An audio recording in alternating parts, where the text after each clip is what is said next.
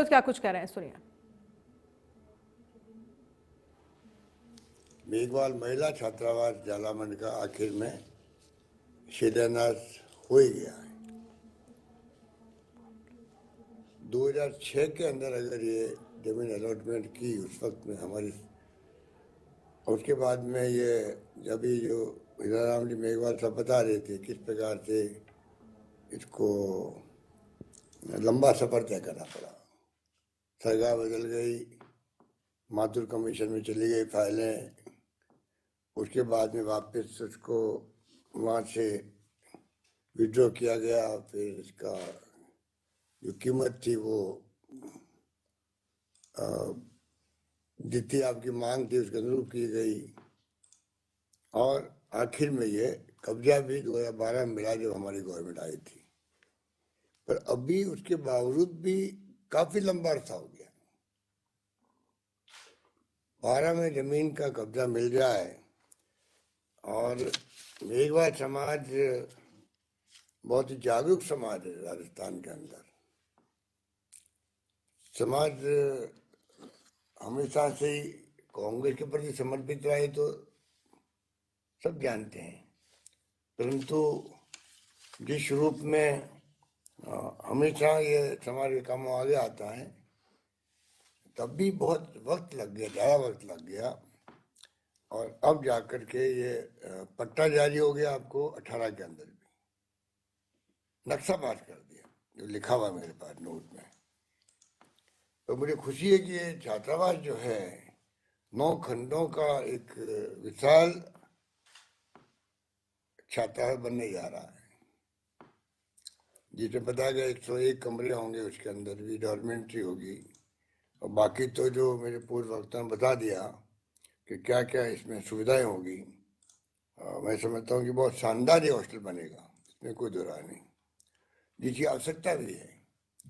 सरकार की मंशा भी है कि हम लोग शिक्षा में, स्वास्थ्य में पूरी तरह से राजस्थान को आगे ले आए देश के अंदर। इसलिए आप देख रहे हो कि हम लोगों ने एक तरफ शिक्षा के लिए गांव तक में अंग्रेजी स्कूल खोलना प्रारंभ कर दिया, अंग्रेजी स्कूल, और इतनी पॉपुलर हो रही है कि उसके लिए लॉटरी खोलनी पड़ रही बच्चों के एडमिशन के लिए। आप कल्पना कीजिए कि समय बदल गया है, स्कूल अंग्रेजी, क्योंकि प्राइवेट स्कूलें इतना पैसा लेती है, 50,000 1 लाख रुपए, तो गरीब बच्चे नहीं दे सकते, गरीब परिवार नहीं दे सकते। तो हम लोगों ने करीब 1200 स्कूल खोलने का निर्णय किया है, और बढ़ा भी सकते हैं। तो लॉटरी से अगर बच्चों के एडमिशन हो रहे हैं तो आप सोच सकते हो कि किस रूप में ये पॉपुलर हो रही है। और बात फैक्ट भी है, ये बात मैं सब जगह कहता हूँ, आपको ही कहना चाहूँगा कि बचपन से हम लोग खिलाफ थे अंग्रेजी के, मैं खुद खिलाफ था जब हम पढ़ते थे, क्योंकि दक्षिण के अंदर जो राज्य हैं तमिलनाडु वगैरह, वो हिंदी के खिलाफ थे, आंदोलन होते थे वहाँ पर, कोई बोर्ड लग गया हिंदी का तो जला देते थे। इधर उत्तर भारत के अंदर अंग्रेजी का बोर्ड होता है उसको जला देते थे, भाई कि नहीं हम तो हिंदी के लोग हैं, अंग्रेजी क्या काम की। और बचपन में आप अगर अंग्रेजी नहीं सीखो तो बाद में आप भले अंग्रेजी पढ़ सकते हो या थोड़ी बहुत समझ सकते हो, पर ढंग से बोल नहीं सकते हो, एक्सप्रेशन नहीं कर सकते हो। तो मैं अपने बारे में कह सकता हूँ कि हम लोग अंग्रेजी में एक्सप्रेशन करने लायक नहीं बने बचपन से, काम चलो वो काम चला लेते हैं। पर अब जमाना बदल गया है, जो राजीव गांधी ने कहा था कि 21st सेंचुरी में देश को ले जाना है, और कंप्यूटर, मोबाइल फोन, दुनिया मुट्ठी में हो गई है, पूरा ज्ञान आपका भरा पड़ा है, जो आपके पास टेलीफोन है, मोबाइल फोन, स्मार्टफोन, उसके अंदर पूरी दुनिया की जानकारी आप मिनटों में, सेकंडों में ले सकते हो। ये क्रांति है दुनिया की, दुनिया में भी है, देश में भी है, हर व्यक्ति के साथ में है। अब अगर हम लोग खाली जो जाति के नाम पे हम सम्मेलन करें या जाति के नाम पे हम लोग कोई स्लोगन दे रहे हैं, उससे काम नहीं चलने वाला है। अब तो वही जाति आगे बढ़ेगी, वही वर्ग आगे बढ़ेगा, वही परिवार आगे बढ़ेगा जो शिक्षा में अपने आप को आगे रखेगा। और अंग्रेजी का मैंने जब कहा, जिक्र किया आपको, तो आज अंग्रेजी अगर आप बच्चों को भेजते हैं पहली क्लास से ही, तो पहली क्लास का बच्चा और पहली से प्री प्राइमरी का बच्चा भी अगर पढ़ता है स्कूल में जाकर के अंग्रेजी बोलता है, तो मैंने अनुभव किया कि बच्चों के साथ में छोटे बच्चे भी घर आकर के इंग्लिश बोलने लग जाते हैं। और उनकी अभी से जब प्रैक्टिस हो जाएगी बोलने की, तो फराटेदार इंग्लिश बोलेंगे वो बड़े होकर के, छात्र जीवन के अंदर भी कॉन्फिडेंस बढ़ जाएगा उनका, और वो कंपटीशन करने के अंदर पीछे नहीं रहेंगे। और इसलिए आज पैकेज मिलते हैं बच्चों को जो आईटी के कोर्स किए होते हैं, 1 लाख या 50 लाख, 1 करोड़, 2 करोड़, कोई कल्पना कर सकता है? तनख्वाह इतनी हो गई है देश दुनिया के अंदर। इसलिए सबसे ज़्यादा शिक्षा में जोर देना आवश्यक है। और ये कदम आपने सही उठाया है कि बिना हॉस्टल निर्माण के, अगर बिना हॉस्टल के तो लड़के भी पढ़ नहीं सकते बेचारे शहर में आकर के। आप देख रहे हो कि आज़ादी के वक्त से ही जो स्कूल है जोधपुर में बनी है, इस सुमेर हायर सेकेंडरी स्कूल हो जहाँ मैंने खुद ने पढ़ाई की है, या महेश स्कूल हो, या सदा स्कूल हो, या प्रताप स्कूल हो, उस वक्त के ज़माने में समाज के हिसाब से स्कूलें बनाई गई, और जो आज भी चल रही है, अच्छा प्रबंधन कर रही है। उसी रूप में ये छात्रावास जो बनेगा, उस जमाने के अंदर भी हॉस्टल बनते थे, तेजा हॉस्टल बन गया, या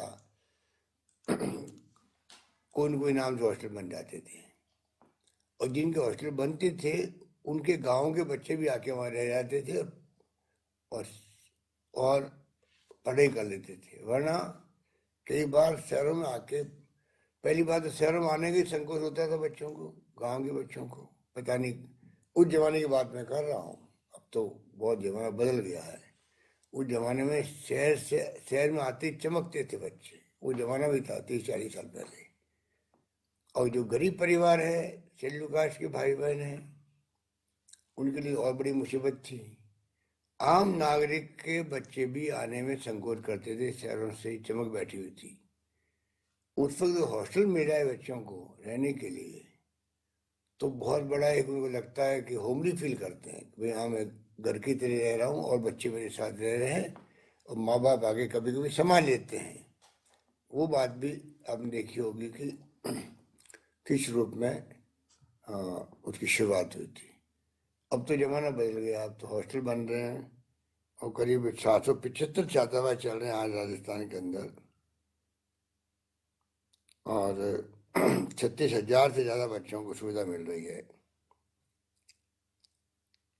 हॉस्टल राजकीय भी है 600-700, और करीब 80 हॉस्टल्स आपके अनुदान वाले भी है, सरकार अनुदान देती है। बालिकाओं के भी 153 छात्रावास हैं, करीब 8-9 हज़ार बच्चे पढ़ रहे हैं उसके अंदर। उसमें अलग अलग जातियों के बच्चे भी हैं। तो जो ये आपने कहा जोधपुर के अंदर हब बन गया है, आईआईटी आ गए, एम्स आ गया। एम्स आने का मतलब मेडिकल कॉलेज भी साथ में वहाँ पर है। आयुर्वेद यूनिवर्सिटी हो चाहे लॉ यूनिवर्सिटी हो, आईआईटी के साथ में। कृषि विश्वविद्यालय की बात की गई, शिक्षण संस्थाएं, चाहे फिजियोथेरेपी की बात की गई हो, चाहे वो एनिमल हस्बेंड्री का कॉलेज हमने खोला भी नया। तो एक प्रकार से जोधपुर में सारी सुविधाएं, अभी राजेंद्र सोलंकी जी कह रहे थे, सारी सुविधाएं वो है जो हिंदुस्तान में एक जगह। निफ्ट भी है, एफडीडीआई भी है, लंबी चौड़ी कहानी है जोधपुर की। इतनी संस्थाएं खुल गई है, फिर ब्रॉडगेज हम जुड़ गए, पानी आ गया इंदिरा गांधी कैनाल का, तो जमीनों के भाव बढ़ गए। जिस शहर में, जिस गांव में पानी नहीं हो, वहाँ पे पिछड़ापन बना रहता है। जो पानी मिल जाए आपको, ब्रॉडगेज आ गई, हवाई सेवा से जुड़ गया जोधपुर। जब मैं पहली बार एमपी बना तब जुड़ा था। तो उसके बाद में आप सोच सकते हो कि विकास की संभावनाएं बढ़ जाती है। और इसीलिए आज जोधपुर, जो आज आधुनिक जोधपुर दिख रहा है, उसका कारण ही अभी भी कई प्रोजेक्ट वहाँ चल रहे हैं, बड़े बड़े प्रोजेक्ट, चाहे वो बस स्टैंड का हो, चाहे पावटा हॉस्पिटल के एक्सपेंशन का हो, और चाहे वो बहुत बड़ा ऑडिटोरियम बना रहे हम लोग, जयनारायण व्यास ऑडिटोरियम छोटा बनने लग गया, तो एक के बाद एक जो है लंबी फहरिस्त है। तो ये सब काम जो है आज भी जोधपुर में चल रहे हैं। इस रूप में आने वाले वक्त में विकास में कोई कमी नहीं आने देंगे। आपने जो बीड़ा उठाया है ये बहुत बड़ा बीड़ा उठाया है, और मैं समझता हूँ कि अब 9 खंडों का बनेगा 12.5 करोड़ तो आज की बात है। तो बनेगा तब ये पता नहीं 15 करोड़ का होगा, 20 करोड़ का होगा, पता नहीं किसी को भी। समझे आप? आपने कह तो दिया कि 10 करोड़ दे दीजिए, 5 करोड़ दे दीजिए, हिरालाल जी ने तो 5 करोड़ कहा, आप लोगों ने 10 करोड़ की बात कर ली। परंतु ये हॉस्टल अगर मुझे इस प्रकार बुला के अगर शिलान्यास करवाएंगे और 10-10 करोड़ की मांग करेंगे तो मुझे भी जाना ही बंद करना पड़ेगा, क्योंकि ये सरकार में कोई प्रोसेस होता है पैसे देने का भी। अब सीएम रिलीफ फंड से दो तो आप कुछ अंश दे सकते हो, परंतु ऐसा नहीं कि आप हॉस्टल की पूरी कीमत ही दो, फिर तो गवर्नमेंट खुद ही हॉस्टल बना देगी, समाज का क्या कॉन्ट्रीब्यूशन होगा? तो ये समाज आगे आए।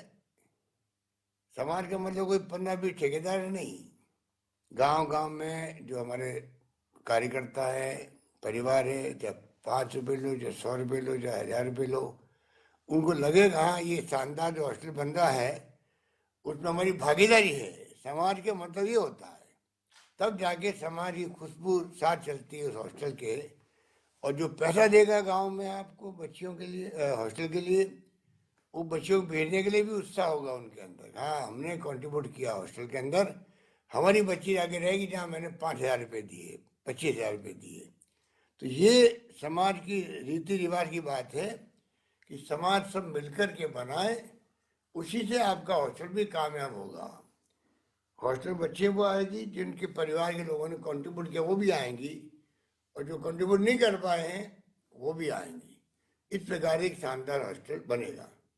सरकार की तरफ से इतने मैं कह सकता हूँ कि जो CSR फंड होते हैं आजकल कंपनियों के, उससे मैं कोशिश करूंगा कि आपको अधिक से अधिक मैं मदद करवाऊं, ये मैं आपसे वादा करना चाहता हूँ। हीरालाल जी, इनकी ड्यूटी है कि ये कोऑर्डिनेट करेंगे मेरे साथ में, जूली साहब के साथ में। गोविंदा जी मेघवाल साहब आज साहब ने उनको कहा ही नहीं होगा। आपके मेघवाल समाज के 2 कैबिनेट मंत्री बने, 75 साल में कभी ऐसा नहीं हुआ। 75 साल में पहली बार 4 कैबिनेट मंत्री बने SC के, 2 मेघवाल बने हैं, गोविंदा मेघवाल और जूली साहब। तो ये तो पहली बार ही हुआ है। बिल्कुल पहली बार हुआ, आपका आशीर्वाद है सर। और कोई कमी नहीं रहेगी, आप निश्चिंत रहो। आप थोड़ा इसमें लग जाएंगे तो पैसा कमी नहीं आती है, पैसे कहीं ना कहीं आ ही जाते हैं।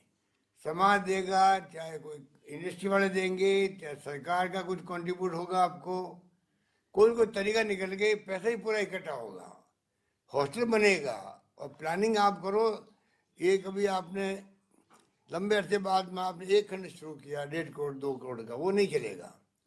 आप 9 खंड जो आपके हैं, 9 खंड की स्कीम एक साथ बनाओ, जिसके समय वो पूरा हो जाए तो उसकी एस्केलेशन नहीं हो, भाव नहीं बढ़े, वरना महंगे का जमाना है, बढ़ता बढ़ता 25-20 करोड़ का जाएगा। तो फिर आप कहो कि आधा अधूरा ही पड़ा हुआ, 1 खंड बन गया, 2 खंड बन गए, अधूरा रह गया।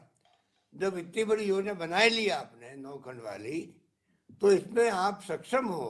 आप सक्षम मतलब कि आप अगर कोशिश करेंगे तो कहीं ना कहीं रास्ता निकल जाएगा, और मैं खुद आपके साथ खड़ा हूँ, निश्चिंत रहो। पर ये काम जो आपने हाथ में लिया, ये काम पूरे 9 खंडों का, आपका जो आर्किटेक्ट है उसने अच्छा नक्शा बनाया मेरे ख्याल से, और जो आपने प्रेजेंटेशन दिखाया था मुझे उसने इम्प्रेस किया। मैं समझता हूँ आर्किटेक्ट साहब को कहो कि यार इसको काम को हमें टाइम पे पूरा करना है। 1 खंड नहीं, आपके 9 खंड का काम भी करीब करीब साथ साथ चले, और 1-2 साल में ये पूरा हो जाए। सरकार के 23 में चुनाव है, उसके पहले पहले हॉस्टल बने, तब तो मजेदारी है। और आप जो MLA बने हो, अब नरपत राम भरवाड़ साहब के साथ बाद में तो आप ही बने हो जोधपुर में, यस सर। नरपत राम जी बरबर साहब को हमने रेवेन्यू मिनिस्टर बनाया, आपको याद ही है।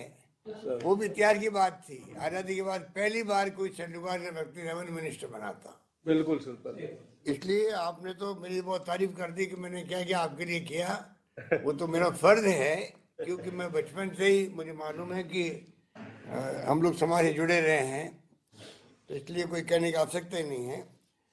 इसलिए मैं इतना ही कह सकता हूँ आपको, कहने की तो बहुत सारी बातें। देखो, ये हॉस्टल बनने हो, सुविधाएं देनी हो, स्कूल खोलने हो, बहुत बड़ी बात होती है। भारत सेवा संस्थान जो पावटा में चल रहा है, वहाँ हम कुछ नहीं कर रहे हैं, खाली बच्चों के बैठने की व्यवस्था कर दी। आप कल्पना कीजिए कि 100-150 बच्चे वहाँ बैठते खाली, उनके लिए चाय का प्रबंध कर दिया हम लोगों ने, 15-20 AC लगा दिए, पानी, चाय और AC, सुविधा, बैठने की कुर्सियाँ। उसके कारण से वहाँ बच्चे RS में, RPS में आ रहे हैं, कंपटीशन में पास हो रहे हैं। क्योंकि गरीब बच्चे हैं, घर में माहौल नहीं होता पढ़ने का, घर में जगह नहीं होती पढ़ने की, मोहल्ले में और बच्चे खेलते हैं तो डिस्टर्बेंस होता है अंदर। और अगर बच्चे वहाँ आ गए तो दूसरे बच्चे जो आएंगे दूसरी कम्युनिटी के हों, कोई छत्तीसी कौम के हों, आप पर मिलेंगे जुलेंगे, कॉन्फिडेंस बढ़ता है, माहौल मिलता है पढ़ने का उनको, और उसी से आपस में एक दूसरे सेव करते हैं, उससे वो लोग कॉन्फिडेंस से फिर एग्जाम देते हैं, पास होते हैं। मैं आपको एग्जाम्पल दे रहा हूँ ये, कि खाली बैठने की सुविधा करने मात्र से ही इतना बड़ा काम होने लग गया। और जो कोचिंग क्लासेस करते हैं, जब हजारों रुपए लेते हैं फीस के, वहाँ भी वो बैठाते हैं खाली, खाली वहाँ पर लेक्चर आते हैं पढ़ाने के लिए। ये कोचिंग क्लास नहीं है, खाली बैठने की सुविधा है। और मेरे ख्याल से जसवंत सिंह जी बैठे हैं और नरपत सिंह जी, ये लोग कुछ कभी कभी बुलाते होंगे किसी लेक्चर को, अगर सुविधा हो गई तो कैजुअली, उसी से काम चल रहा है। मैं आपको एग्जाम्पल दे रहा हूँ कि शिक्षा में हमें जोर देना बहुत आवश्यक है। और डॉक्टर अम्बेडकर ने तो हमें सिखाया क्या उस जमाने का, आज़ादी के पहले जिस व्यक्ति ने जो भुगता अपने परिवार के अंदर, जो भुगता समाज के अंदर, कोई कल्पना कर सकता है उस वक्त।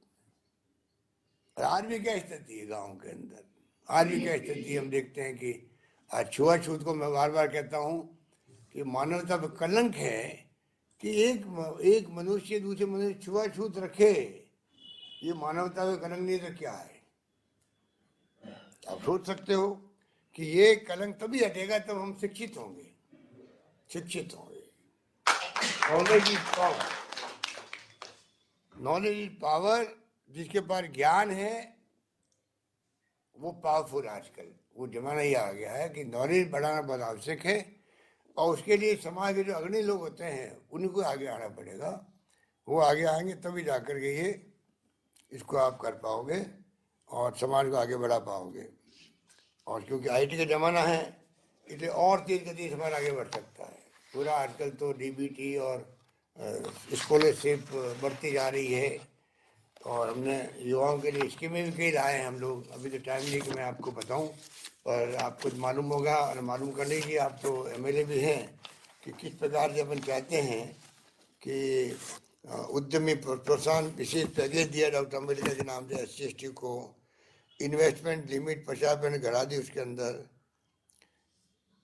SC/ST उद्यमियों के लिए विशेष इंक्यूबेशन सेंटर चलाने का कर रहे हैं हम लोग, जिससे कि वो इसकी डेवलपमेंट भी कर सके। वहाँ पर 5% ब्याज अनुदान, अधिकतम 25 लाख रुपए प्रति वर्ष 5 वर्ष तक, 15% कैपिटल सब्सिडी, अधिकतम 2 करोड़ रुपए की दी जाएगी। मतलब स्कीमें कई तरह की है। अब इसमें किस प्रकार हम उसकी ज्ञान प्राप्त करके उसका फायदा दिलवाएं, उस गरीब तक, गांव तक पहुंचती नहीं है। हमने कई स्कीम बनाते हैं तो गांव तक पहुंचना बड़ा मुश्किल होता है। अभी श्रीनिधि योजना है, 5 लाख तक का बीमा कर दिया, हिंदुस्तान में कहीं नहीं है। हर परिवार का, अमीर है ना गरीब है। चल रहा है, अभी तो चल रहा, ठीक चल रहा है चिरंजीवी योजना। एक भी परिवार छूटे नहीं। अगर 860 रुपये 50 रुपये देने की स्थिति किसी की नहीं है, हालांकि हर एक की होती है, पर मान लो किसी की नहीं है, आप इंतजाम कर दीजिए, अपने दोस्तों ने कर दीजिए, आप खुद दे दीजिए, मुझे कह दीजिए मैं दे दूंगा, पर एक परिवार भी छूटना नहीं चाहिए, हमारी कोशिश होनी चाहिए। जिससे कि वो प्राइवेट में और पब्लिक में जाकर के सरकारी अस्पताल में जाकर के इलाज फ्री करवा सके। ये इस प्रकार से हमें मतलब ये सब काम करने पड़ेंगे, तब जाकर के मैं समझता हूँ कि कर पाएंगे जो भी करना है। क्योंकि मैं रोज देखता हूँ एक्सीडेंट हो जाते हैं। कल भी कोई मंदिर वाला बेड़ा पे कोई एक्सीडेंट हो गया था, कोई एयरफोर्स की गाड़ी से, बच्चा वो भर्ती है अभी तक भी, उसका भी इलाज चीनी योजना में हो रहा है। बड़ा कहाँ बेचारे लाख 2 लाख रुपये खर्च करते फिरे वो लोग। तो कहने का मतलब ऐसे किस्से कहानी सैकड़ों आने लग गए कि आज 6 लाख लोगों ने ज़्यादा फायदा उठा लिया उन लोगों ने। ये चीनी योजना से 6,75,000 लोगों ने फायदा उठा लिया। तो आज करोड़ों रुपए का फ्री में इलाज हो रहा है। बताइए आप, करीब 3,000 करोड़ से ज़्यादा हम दे रहे हैं प्रीमियम उसका, 3,000 करोड़ से ज़्यादा, कि गरीब सबका, गरीब हो अमीर हो सबका बीमा हो गया। तो ये तमाम बातें मैंने आपको कही। डॉक्टर अम्बेडकर यूनिवर्सिटी के बारे में बता दिया आपको कि किस प्रकार से बंद किया। आपने खुद ने कहा कि आज उसको वापस शुरू किया हमने। हमें तो आश्चर्य होता है, हिंदुस्तान के इतिहास में कोई यूनिवर्सिटी एक्ट बनता है असेंबली के अंदर, एक्ट बनने के बाद में जो यूनिवर्सिटी बनती है वो कभी बंद होती नहीं है। पहली बार वसुंधरा जी ने 2 यूनिवर्सिटी बंद कर दी, हरदीप जोशी यूनिवर्सिटी पत्रकारिता की और डॉक्टर अम्बेडकर यूनिवर्सिटी। बताइए आप, जो ये संविधान निर्माता है उनके नाम की यूनिवर्सिटी, नाम में उनका था, पर फिर बंद कर दिया।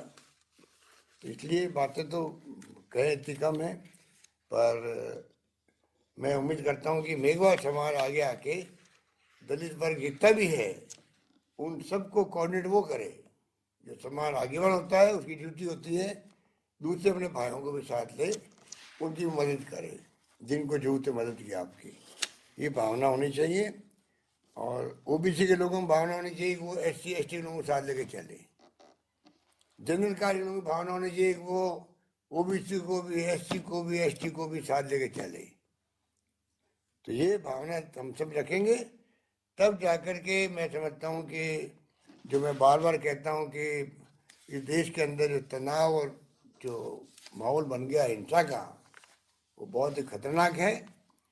हम सबको भाईचारे से, प्रेम से, मोहब्बत से, सद्भावना से रहना पड़ेगा, सत्य व अहिंसा के रास्ते पे चलना पड़ेगा। हमने सरकार में तो शांति व अहिंसा का विभाग खोल दिया, अभी तो निदेशालय है, विभाग बन जाएगा। आप सोच सकते हो कि राजस्थान एकमात्र राज्य देश के अंदर जिसने एक नया विभाग खोला है। तो इस प्रकार से हम चाहेंगे कि सब तरह से आपको पूरी इमदाद मिले और उसी रूप में हम लोग आगे बढ़ सकें।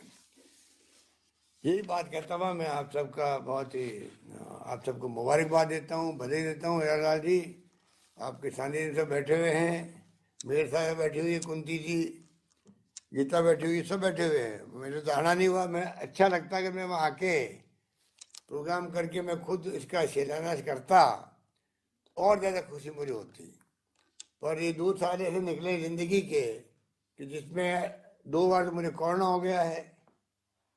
और मैं आप सबसे प्रार्थना करना चाहूँगा कि कोरोना को आप इजी मत लो। ये दूसरा जो मृत्यु दर तो बहुत कम है, दूसरी लहर में बहुत मृत्यु दर बहुत ज़्यादा थी, तो लोग लापरवाह हो गए हैं। आप तो सब लोग बैठे हुए हैं गीता के छोड़ के, मास्क लगाए हुए, पर बाकी जो लोग हैं मास्क लगाएं, ध्यान रखें, क्योंकि ये ओमिक्रॉन भी जो है ये भी मृत्यु दर नहीं हो रही है, क्योंकि वैक्सीनेशन हो गया है हमारे यहाँ पर, 94% वैक्सीनेशन हो गया राजस्थान के अंदर। परंतु ये भी पता नहीं, जैसे मुझे हार्ट का हुआ था तो डेल्टा होने के बाद में हार्ट की प्रॉब्लम हो गई। जो आपका ये कोरोना के बाद में किसी को हार्ट का, किसी को लंग्स का, किसी को किडनी का, किसी को अस्थमा, किसी के पैरालिटिक अटैक हो जाता है। पूरी तरह की सब तरह की खबरें पूरे देश के अंदर है, दुनिया के अंदर है। तो पोस्ट कोविड प्रॉब्लम आ जाती है। अब ये पता नहीं पोस्ट कोविड ये ओमिक्रॉन आपको कैसा रखेगा, वो तो आने वाले वक्त बताएगा। पर ये भी मैं कह सकता हूँ अनुभव के साथ में, मुझे भी ओमिक्रॉन हुआ था, सेकेंड टाइम अभी हो गया। अभी तक मुझे तकलीफ हो रही है, और मुझे नहीं हो रही है, जितने मेरे यहाँ पे बातचीत होती है आपस के अंदर, सबको कोई उनको होती रहती है, खांसी होती रहती है, बलगम आता है, सांस भरता है, कई प्रॉब्लम आती है। तो ये कोई बीमारी हो, ओमिक्रॉन हो चाहे वो डेल्टा हो, क्योंकि हम बच गए हैं। अब मैं ये वैक्सीन लगने के कारण से वो इम्पैक्ट नहीं है जो कि हो सकता है। अमेरिका के अंदर सारे हॉस्पिटल भरे पड़े हैं। अमेरिका जैसे विकसित मुल्क में अस्पताल भरे पड़े हैं मरीजों से। हिंदुस्तान में अस्पताल खाली है क्योंकि वैक्सीन अच्छा हुआ हमारे यहाँ। वहाँ 25% लोगों ने वैक्सीन नहीं करवाया, विकसित राज्य होने के बावजूद भी। वैक्सीन का विरोध करते हैं वो लोग सड़कों पे आकर के। कई कई हर राज्य की, देश की, जर्मनी की अलग स्थिति है, इटली की अलग है, यूके की अलग है, इसराइल की अलग है, रशिया की अलग है, और चाइना का तो मालूम नहीं पड़ता वहाँ क्या होता है। तो कहने का मतलब ये है कि आप इसको सबको समझाओ कि अभी भी जोधपुर, जयपुर सबसे ज़्यादा संख्या में बढ़ने वाला ओमिक्रॉन है। जहाँ संख्या जोधपुर, जयपुर, उदयपुर, 3 जगह पर, और भी सब जगह फैल गया है। इसलिए इसका भी आप ध्यान रखें।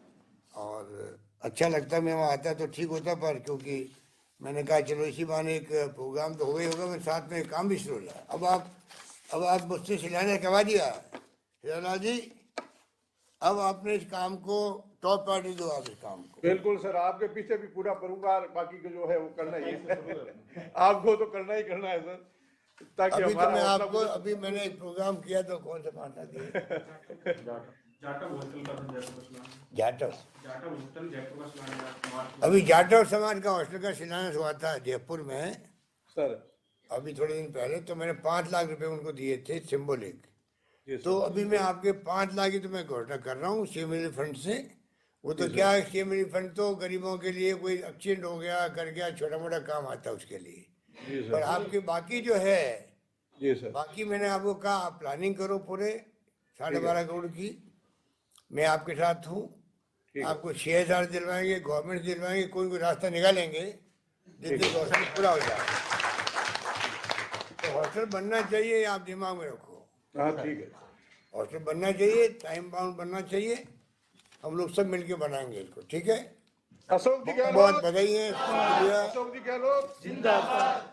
सोनलाल लखानी अध्यक्ष आपके राजस्थान मेघवाल समाज के, और आप सभी को, साथियों को जो बैठे हुए अलग अलग जगहों पर, मुझे बताया गया कि गोपालगंज में भी और हाँ सब जगह। चौटन में पता नहीं कहाँ कहाँ बैठे हुए हैं आपके साथी। हाँ सर। मुझे अच्छा लगा, सबसे बातचीत हुई, जैसलमेर में बैठे हुए हैं। हाँ सर। तो सब लोग मिलके आज आपने बड़ा काम हाथ में लिया है। बहुत बहुत शुभकामनाएं मेरी, धन्यवाद। धन्यवाद श्रीमान अशोक जी गहलोत साहब, आपने आशीर्वचन देकर हौसला अफजाई करके हमारे में एक नई ऊर्जा का संचार किया है। और आज के कार्यक्रम में, इस कार्यक्रम को सफल बनाने के लिए, शोभा बढ़ाने के लिए पधारे सदैव हीराराम जी मेघवाल साहब, राजन सिंह जी सोलंकी साहब, सुनील जी परियाड़ साहब, जसवंत सिंह जी कछवा साहब, श्रीमती कुंती जी देवड़ा, टीकाराम जी जूली साहब, नरेश जी जोशी साहब, मोडाराम जी लिखणिया, कालूराम जी सोनेल, सोन जी लखानी साहब, गोपाराम जी मेघवाल, KR मेघवाल साहब कमिश्नर साहब, घनश्याम जी मेघवाल साहब, श्रीमती गीता जी मेघवाल, अयूब साहब, भिकाराम जी चूनिया, गीता जी बरवड़, संपत जी मेघवाल साहब, अरुणा जी बारूपाल, नतमल जी खींची, दाऊराम जी मेघवाल, रमेश जी पंवार, दाराराम जी परियार, जेठाराम जी लोहिया साहब, अचलाराम जी लुक्कड़, माधाराम जी मकवाणा, रूपाराम जी, भरत कुमार जी भाटी, सभी का बहुत बहुत आभार। और विशेषकर इस कार्यक्रम को सफल बनाने के लिए जिला प्रशासन से राजन जी डागा साहब और उनकी टीम, अनिल जी व्यास समाज कल्याण विभाग से, महेंद्र जी चौधरी DYT से और NI से, जिन्होंने ये वर्चुअल कार्यक्रम की सुविधा उपलब्ध कराई, सभी का बहुत बहुत आभार, धन्यवाद। SC/ST सब प्लान के लिए आभार व्यक्त कर दीजिए, क्योंकि गवर्नमेंट के द्वारा अशोक गहलोत जी ने SC/ST सब प्लान लाया, तो बजट में ये